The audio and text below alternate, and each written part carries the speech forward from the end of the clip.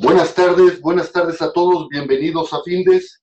Son las 18 horas, día 6 de junio, momento de iniciar la transmisión del webinar PNL. Avanza, crece, ¿hacia dónde? ¿Cómo? Soy Emilio Villalobos, directivo de la Fundación, y les agradezco la oportunidad que nos brindan de dirigirnos a ustedes. Me acompaña el profesor Camilo Reynó Arana, especialista de Findes en el área de desarrollo humano, a quien me permito presentar como licenciado en filosofía, con estudios de maestría también en filosofía. Con una experiencia docente de más de 25 años como profesor en las asignaturas en divisiones de extensión universitaria y posgrado de diferentes universidades, todas ellas relacionadas con la materia de filosofía, antropología, literatura, redacción estilística. Es autor de diversas publicaciones y artículos especializados en temas relacionados con el factor humano. Y antes de cederle la palabra, les invito a que nos hagan preguntas, nos formulen sugerencias, nos den sus opiniones y al término de la plática dispondremos de algunos minutos para atenderlas. Camilo, buenas tardes, podemos iniciar. Buenas tardes, director. Muchas gracias por la presentación. Y a las personas que tienen la bondad de disponer de su tiempo para compartir un rato con nosotros. El tema que me invitaron a conversar con ustedes hoy es ¿qué pasa con la programación neurolingüística el día de hoy? Los antecedentes mínimos necesarios, pero son indispensables. ¿Cuándo nace este modelo de desarrollo humano que llamamos programación neurolingüística? 1972. Dirían en mi rancho, el modelo está tiernito, porque comparado con otras áreas del saber en materia de desarrollo humano, evidentemente el tiempo es muy corto de permanencia en el aire, digamos. Sin embargo, y a pesar de la corta edad, ha habido verdaderas transformaciones y una que otra sacudida cataclísmica. Baste como anécdota saber que los dos fundadores, que un día conversando con una taza de café de por medio en la Universidad de Santa Cruz en California, en Estados Unidos, John Grinder, Richard Bandler, hacen nacer el modelo y hoy ni se saludan. Hay un momento, hace quizá 14, 15 años, donde uno de ellos dice, tenemos que buscar una mucho más pragmática manera de aterrizar programación neurolingüística en otros campos del saber. Y el otro, el compañero, John Grinder, dice, al contrario, hay que permanecer en la línea de la reflexión profunda, del análisis, de la teoría especulativa para que el modelo madure.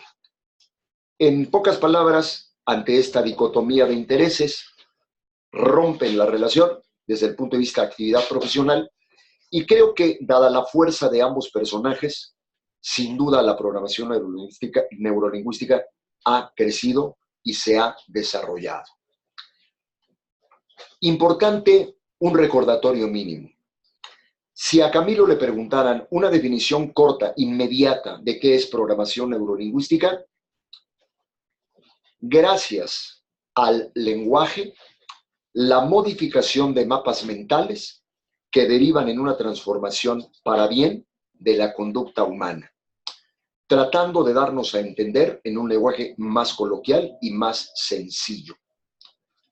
Si yo tengo pensamientos negativos, deprimentes, conflictivos, si en términos de autovaloración tengo un juicio de apreciación no en favor de mi persona, no confiable, que me desestima, que me evita desayunar pildoritas de self-value en la mañana, gotitas de autoestima, ¿cómo carambas hago para modificar esta concepción? La modificación tiene que ser en el pensamiento, pero la modificación en el pensamiento tiene que ser lingüística. A ver si me puedo dar a entender. ¿Qué es una palabra un instante antes de ser palabra? Perdón.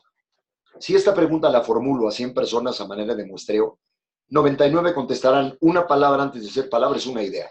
Y la respuesta es correcta. Sin embargo, yo pregunto, ¿esa idea cabe en el pensamiento humano sin ponerle un nombre?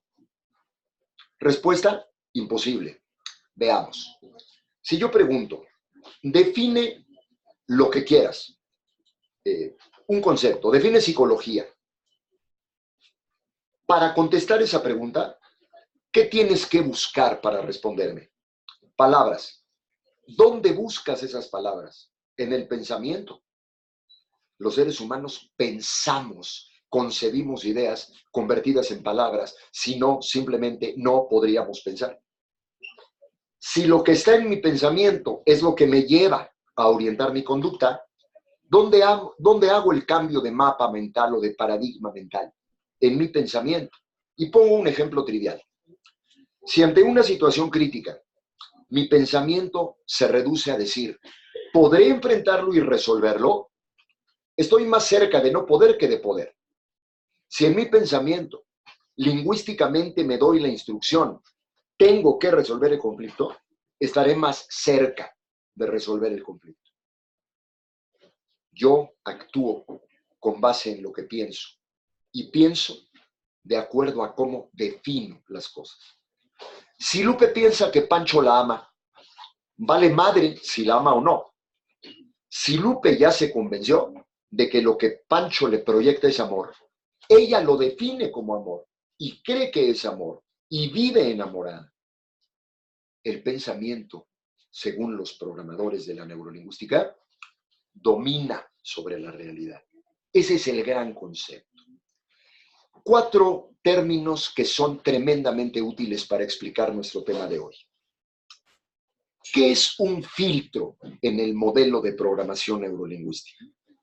Aquellas experiencias por las que hemos atravesado a lo largo de los años de nuestra vida, que se han ubicado con un peso específico tal en nosotros, que explican en un porcentaje brutalmente importante por qué nos comportamos como nos comportamos. Por ejemplo, yo estudié en escuela de religiosos, primaria, secundaria y preparatoria. Fui generador de una idea. Sexo y pecado son sinónimos y habitan en la misma casa. Y con esa convicción crecí. Me filtraron las monjas que me educaron en la escuela. Se agendó, se registró, se instaló en mí la convicción de que la dimensión sexuada de la persona humana y el pecado eran compadres. ¿Qué hay que hacer con esos filtros? ¿Qué es un marco de conducta? Segundo término vital en programación neurolingüística. Cuando un filtro se supera, se entiende por marco de conducta aquello que hoy hago por convicción propia, porque creo que así me debo conducir. Es decir, hoy evidentemente mi idea de la condición sexuada de la persona humana no tiene nada que ver con pecado y dimensiones retrógradas. El filtro quedó atrás, el filtro fue superado. Hoy vivo con base en mis propios marcos de conducta. A lo largo de este proceso de transformar filtros en marcos de conducta, se atraviesan en la vida de cualquier persona una serie de vivencias cuyo peso específico es tan radical que se anclan literalmente al interior de nuestro yo interno. Por ejemplo, quienes tienen la bondad de escucharme ahorita y son papás o mamás, pueden recordar en este instante la primera vez que el hijo o la hija les dijo papá, mamá. Momentos que no se olvidan, pero no solo eso, momentos que se anclan con un peso tal que sin la más mínima duda transforman nuestra dimensión emocional en ese instante.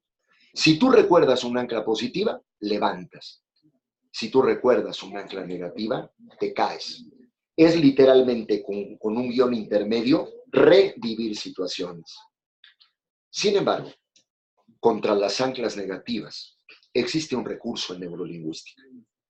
La misma raíz etimológica tiene el verbo desprender que el verbo desaprender.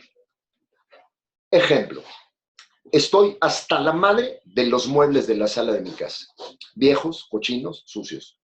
¿Qué necesito para cambiar los muebles de la sala de mi casa? Primero, recursos para comprar los nuevos, pero inmediatamente y antes que cualquier otra cosa, sacar los viejos, si no los nuevos no caben. Igual pasa con las personas. Hay que sacar los muebles viejos, desaprender lo que nos atora, lo que nos hace daño, lo que nos lleva a menos, lo que nos denigra. Para eso nace este modelito de desarrollo humano que se llama programación neurolingüística y cuyo núcleo, cuya esencia, cuyo corazón se limita a algo muy sencillo. Cambia tu mapa mental. Un miércoles, el oncólogo de mi madre, que le combatía un tumor tiroide, un bocio, le dijo a mi madre: no aguanta usted quimioterapia directa, radiaciones no más. Pero hay una medicina quimio oral que se llama Geloda, con X, de Laboratorios Rocher. Cómprela y va a llevar un buen nivel de vida. Fuimos a preguntar el costo y valía el tratamiento de un mes y pico, 68,000 pesos. Con 2 días de diferencia, le tocaba cita a mi papá con su oncólogo para combatir un cáncer de colon y un cáncer de piel. Y el diagnóstico brutalmente fue el mismo. Usted y su organismo no aguantan radiaciones directas. Entonces hay un medicamento que es quimio oral que se llama Geloda, ahí vale, pácatelas. Si en mi cabeza yo hubiera registrado, voy a ver si puedo curar a mis papás, estaría yo más cerca de no curarlos. Yo no podía negociar la premisa mental. Yo tenía que instruir mi cabeza con un pensamiento lingüísticamente definido de manera más positiva. Voy a curar a mis viejos. Ese mapa mental, proactivante, estimulante, motivador, es perfectamente generable en cualquier persona si desarrollamos las habilidades que propone la programación neurolingüística, cosa que se evidencia en el mundo actual.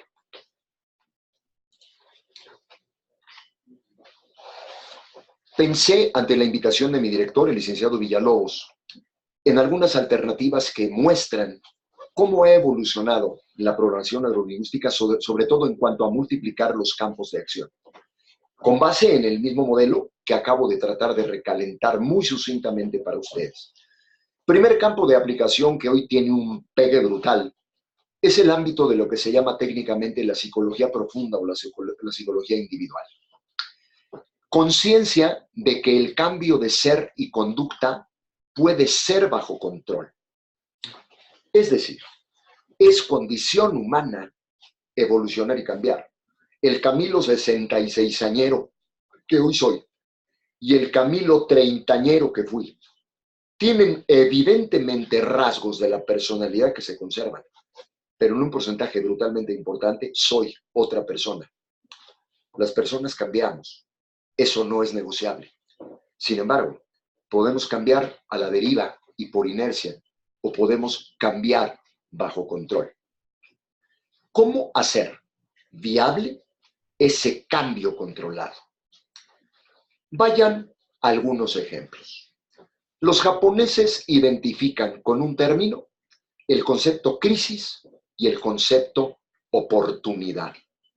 Es decir, me corrieron de mi chamba, tengo cáncer de colon, tengo un costal de deudas acumulado, no veo una pinche luz encendida en el fondo del túnel. ¿Cómo voy a salir del conflicto? Respuesta: cuando peor estás, cuando estás en el fondo, todo son oportunidades. Te pregunto a ti que estás del otro lado, ¿sí o no? Cuando todo obra en contra, al mismo tiempo, en paralelo, ¿no todo es un chance? Respuesta innegociable: sí. Cuando todo el escenario es de conflicto, todo el escenario es un área de oportunidad. Basta con hacer conciencia y definirlo como posible. Convicción de que son viables el reencuadre y la redefinición. Amigos que están del otro lado, nos hemos desajustado todos, 5,000 veces, todos. Momentos en que no te calienta el sol, en que parece que nada apunta hacia la claridad. Momentos de frustración, de desesperanza. Y sin embargo, henos aquí. Tú escuchando, reflexionando, seguramente cuestionando, y yo tratando de compartirte un punto de vista.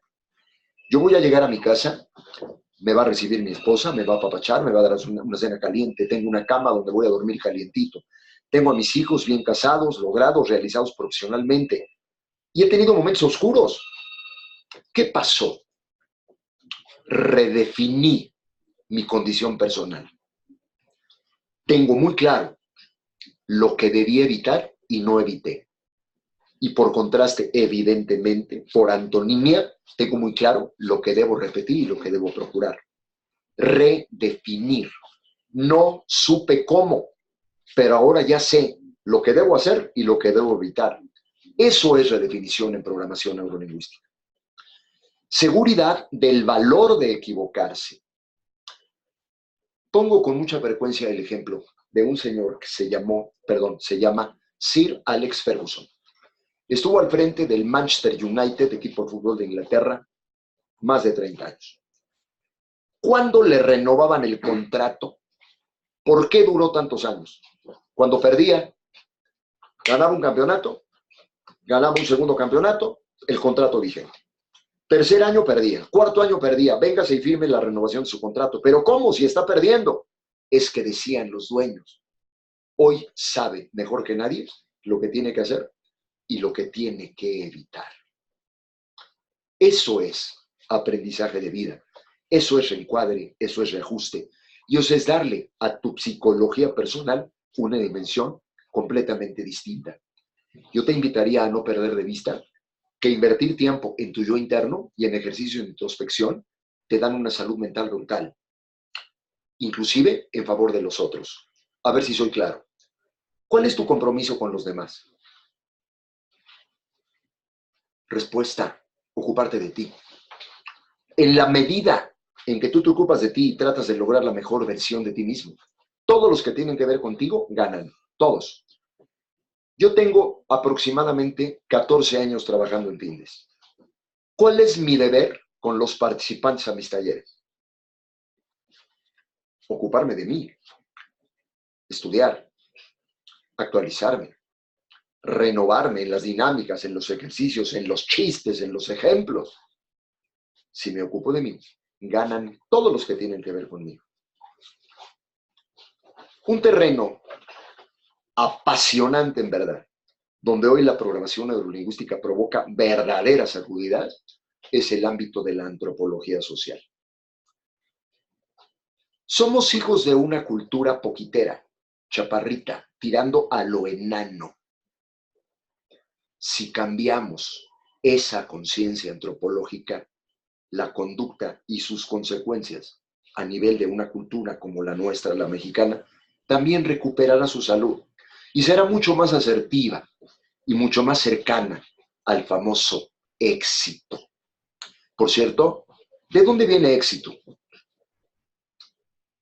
Exit, salir, salida, romper tu esquema, apostar por más, creerte. Por ejemplo, ustedes y yo somos hijos de una cultura que receta proverbios como lo importante no es ganar, sino competir. ¡Basta! Tú y yo sabemos que lo único importante es ganar. Cuando alguien te chulea, te aplaude, te reconoce, te estimula, fuimos educados para abajo. Favor que usted me hace. No, ¿cómo cree? No, yo no lo merezco. Otra vez, ya basta. Oiga, qué buena estuvo su plática. Oiga, qué excelente estuvo su clase. Sí, ¿verdad? Lo hago bien y me apasiona. Pero entonces viene otro tipo de estupideces. Alabanza en boca propia es vituperio. ¡Ah, Chihuahua! Si tengo los tamaños y la humildad suficiente para reconocer mis pendejadas, ¿por qué no voy a tener derecho a reconocer también mis palomitas? Oiga, usted parece diarreico verbal. Se puede aventar una perorata, un discurso de 2 horas o de 2 días. Sí, fíjese, soy un excelente orador. Les pregunto en clase a mis alumnos con este ejemplo. Oye, ¿te parece que Camilo tiene facilidad de palabra? ¿Camilo es elocuente? Y contestan, sí, claro. Y yo los refuto, para nada. Yo no tengo facilidad de palabra. Lo que sigue de facilidad de palabra. Yo no soy buen orador. Soy excelente orador. Alabanza en boca propia es vituperio. Me vale madre. Así como asumo lo que no puedo, necesito asumir aquello de lo que soy capaz y con base en esa conciencia antropológica mía, vivir de una manera mucho más sana y positiva. Frases lapidarias y habría que meter a la cárcel a quien se atreviera a decirla en público.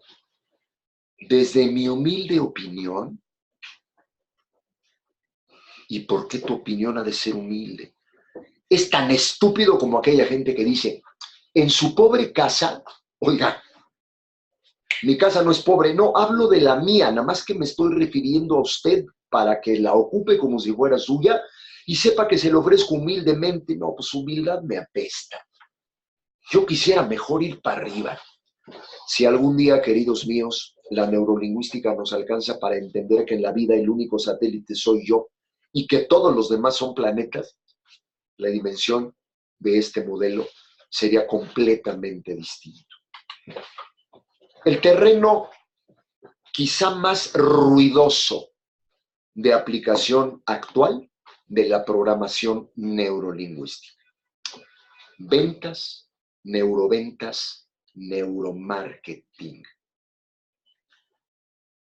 ¿Qué vende hoy casi de manera infalible?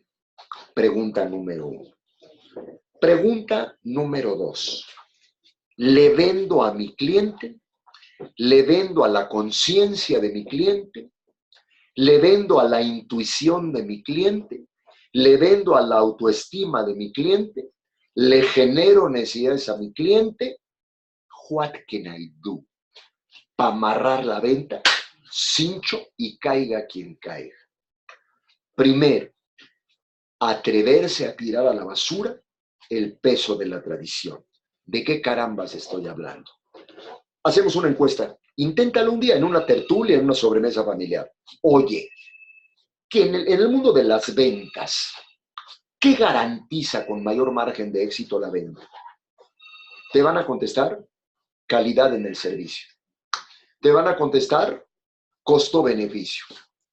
Te van a contestar detectar necesidades y subsanarlas. Yo te cuento una anécdota real. Se la debo a Findes. He dado muchas clases en la CONSAR. Uno de esos cursos fue de redacción y fue para un cuerpo directivo de alto nivel.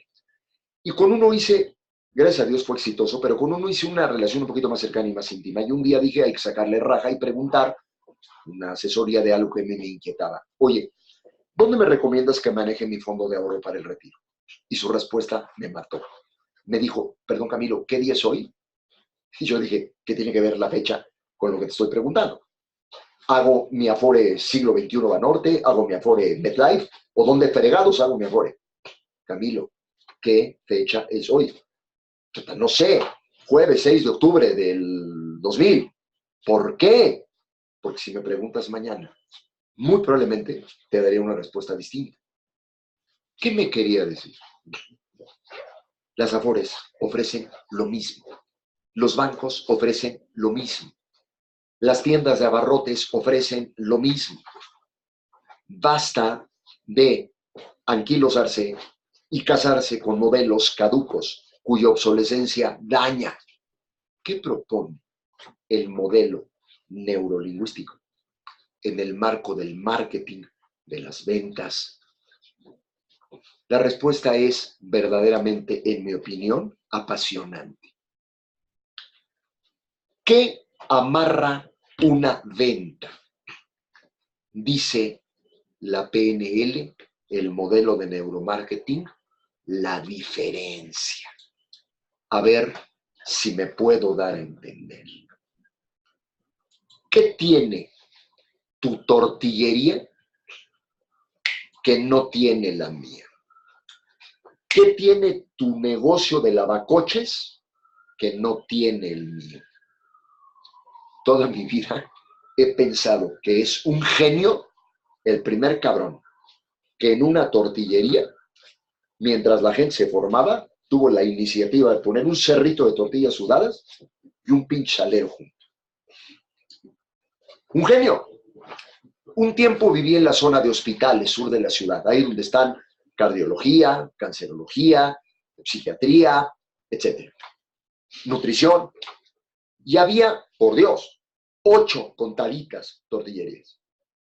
Pero había una que siempre tenía la fila eterna.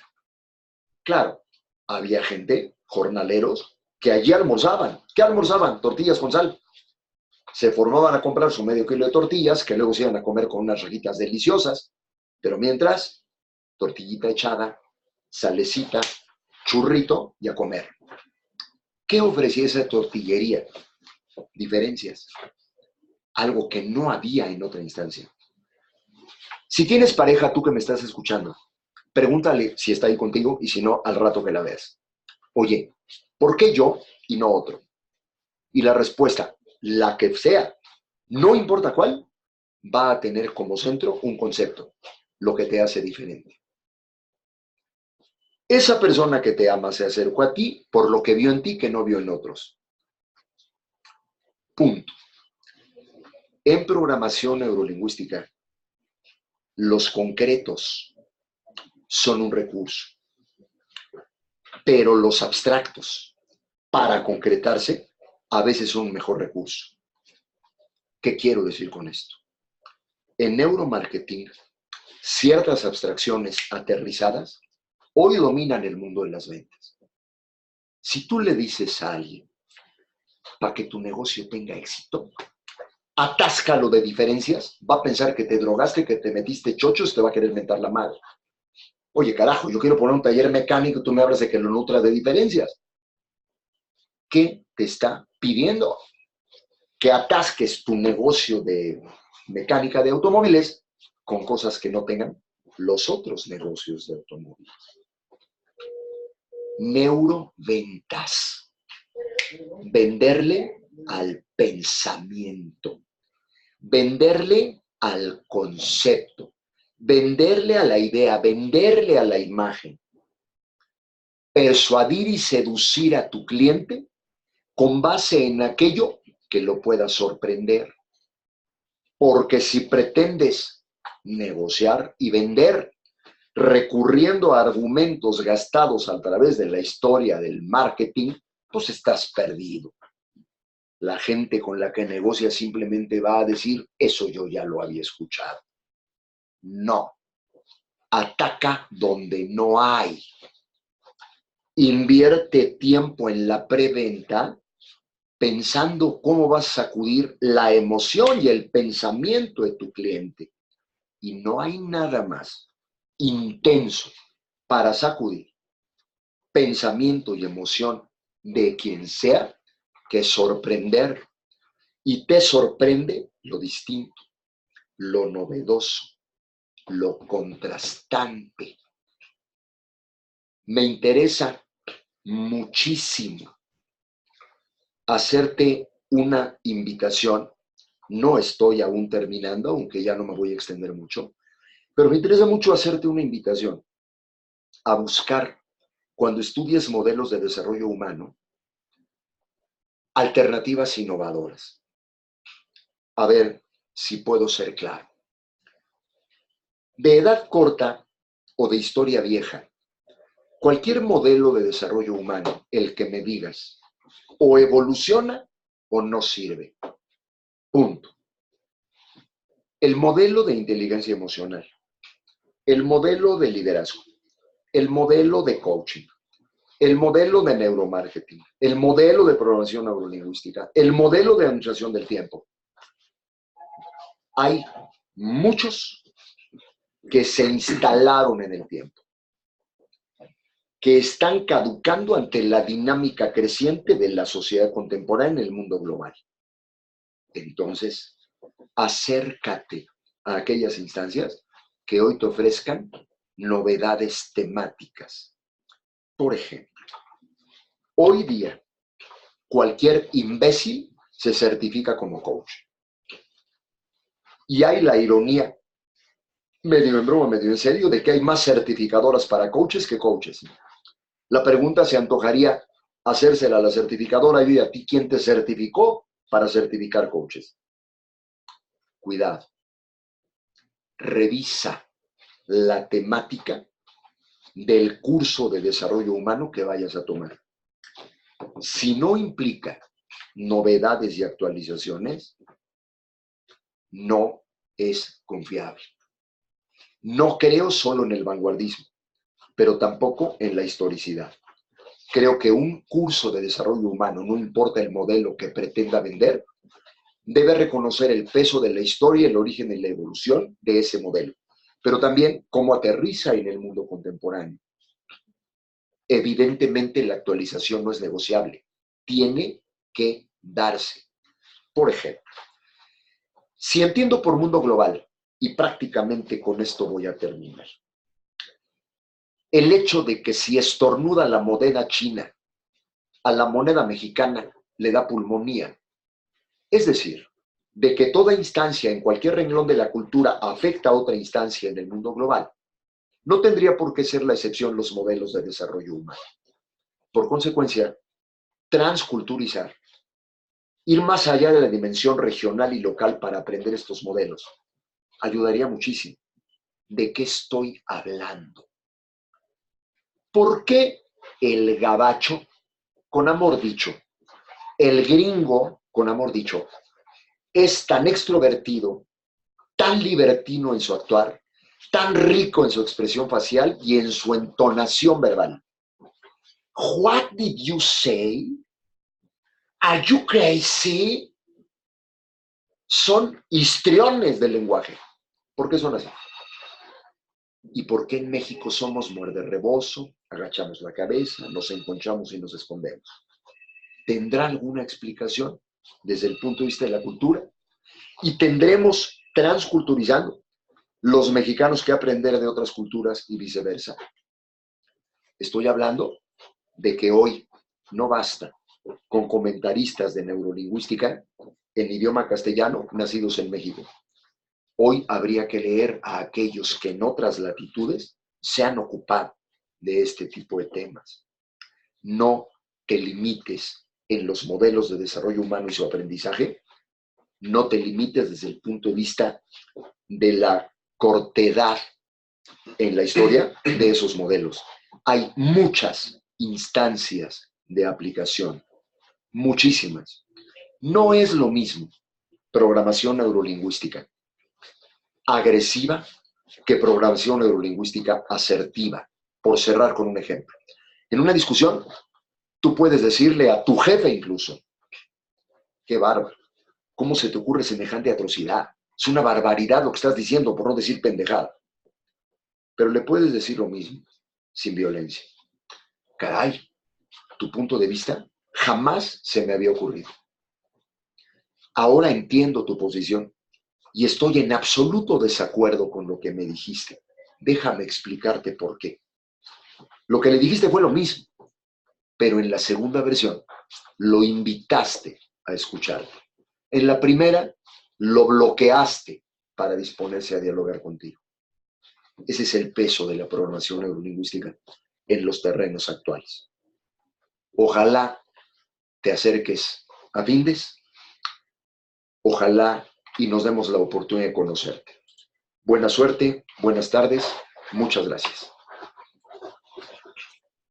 Camilo, muchas gracias. Vamos a atender participaciones, preguntas que nos hacen los asistentes. Tenemos a Yanis Correa. Yanis, buenas tardes, gracias por su pregunta. Usted mencionó que la programación neurolingüística es una técnica. ¿Eso significa que si sigo los pasos secuenciados, cual ella lo estipule, llegaré al resultado? Absolutamente, y me encanta la oportunidad de comentar muy brevemente al respecto por lo siguiente. En todo el planeta hoy hay instructores de programación neurolingüística. Si la programación neurolingüística es una técnica, el rigor en la enseñanza tiene que aparecer. Yo no estaré peleado nunca, los uso en todos mis cursos, dinámicas, ejercicios, chistes, pero hay muchos instructores que convierten su curso literalmente en un festivalito. Es el desmadre y el jugueteo de cabo a rabo cada sesión. Espérame. ¿Y el modelo? ¿La técnica? ¿La estrategia de aplicación? ¿Dónde quedó? Y entonces vienen réplicas apasionadas e intensas de, oye, Esto no es programación neurolingüística, y tienen razón. La dinámica, el ejercicio, la actividad, el juego, es un suplemento para poder aterrizar el modelo. No se vale en lugar del modelo. La técnica va primero. Gracias, Camilo. Juan Gerardo Pérez, buenas tardes. Juan Gerardo nos pregunta, para poder aplicar la PNL, necesito estar consciente de lo que soy. ¿Qué pasa con el subconsciente? ¿Lo considera? ¿Existe? ¿Cómo lo altera o afecta? Bien, primero, para sacarle provecho a la... porque las preguntas son dos, y por lo mismo muy interesantes. La primera, para entender y sacarle provecho a la programación neurolingüística, ¿necesito estar consciente de quién soy yo? Absolutamente sí. Siempre y cuando sea consciente de que parte de esa conciencia implica que tengo un subconsciente. Y por consecuencia, hay algo de mí que no está bajo mi control consciente. Si lo tengo claro, sabré que yo mismo, en un ejercicio, por ejemplo, introspectivo, me voy a llevar cualquier cantidad de sorpresas. Simplemente somos una cajita de Pandora. Nos descubrimos, por ejemplo, capaces de hacer cosas que nunca sospechamos que seríamos capaces de hacer. Y nos consideramos aptos para otras y nos damos cuenta a la hora de los cocolazos que no éramos aptos para, o por lo menos en ese momento. Y eso está latente en el subconsciente. Hay una dimensión en la condición humana que va más allá de la conciencia. Si soy consciente de esa sub o inconsciencia, no tendré problema. Cuando venga la sorpresa diré, como diría Federico Nietzsche, esto es humano, demasiado humano. Ramón Jiménez, buenas tardes. Ramón nos pregunta, ¿la PNL y su trascendencia llega hasta la descendencia? Qué interesante. Primero me llamó la atención y me distraje un poco porque te llamas Ramón Jiménez.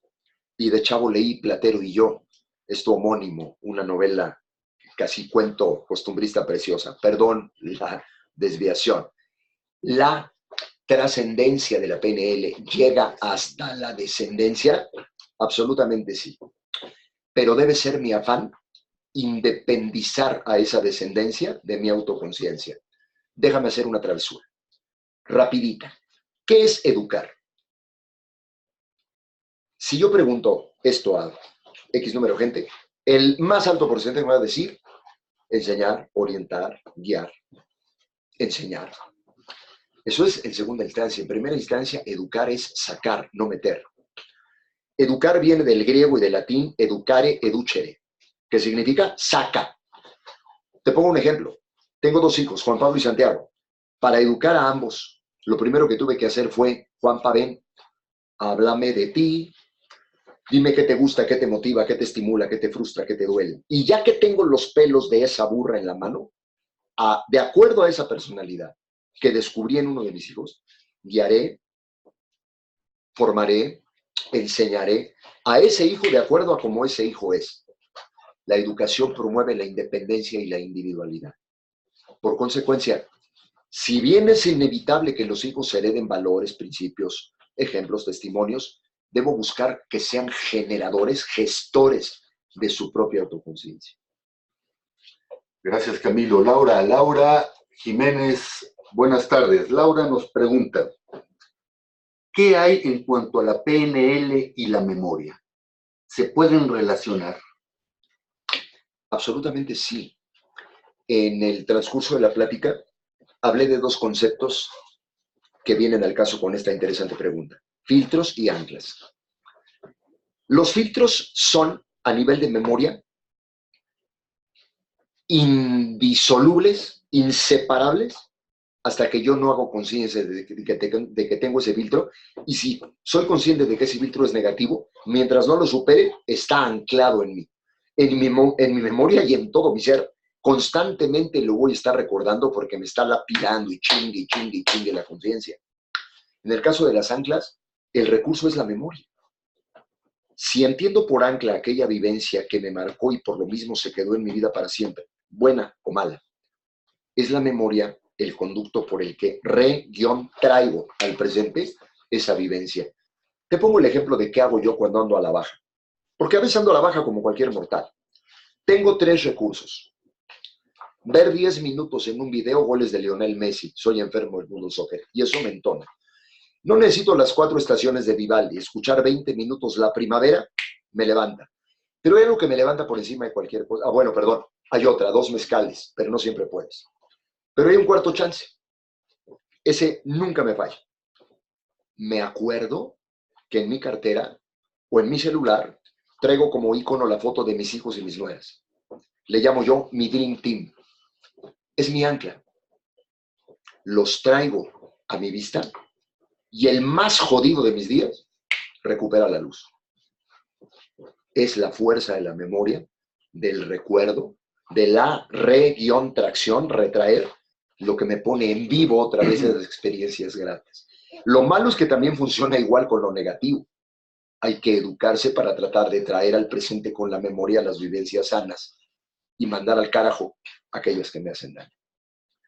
Camilo, muchas gracias. Sergio Buenfil, buenas tardes. Sergio nos pregunta, usó una frase que dice algo más o menos así. Quien se pone en palabra propia alguna cualidad es vituperio. Sí. ¿A qué se refirió con vituperio? Cuando se habla de la palabra vituperio, se habla de algo que devalúa, descalifica, está vituperando, está haciendo daño, está lastimando, está molestando. Alabanza en boca propia es vituperio, dice el refrán. Esa es la frase a la que usted se refería. En México, alabanza en boca propia, es decir, hablar bien de mí, está mal visto. Se le llama soberbia, se le llama engreimiento, se le llama fatuidad. Y yo digo, ¿por qué fregados? Lo importante no es ganar, sino competir. Yo te hago una pregunta a ti que me estás escuchando, Sergio Buenfil, y al resto de los que sigan conectados. ¿Tú crees que Michael Phelps, tú crees que Michael Jordan, tú crees que Cristiano Ronaldo piensan que lo importante es competir? No. Ellos ganan porque piensan que solo ganar tiene sentido. Esa es la diferencia. Pues bien, antes de finalizar esta transmisión, les recuerdo que todos los jueves a las 18 horas estaremos abordando diferentes tópicos de actualidad de interés en el ámbito de los negocios del desarrollo personal. El próximo jueves, 13 de junio a las 18 horas, estaremos abordando el tema las tasas de inversión para personas físicas. Los esperamos, inviten a sus compañeros, inviten a sus amigos. Son las 18 horas con 45 minutos, día 6 de junio. Damos por culminada la transmisión del webinario. Muchas gracias. Hasta luego.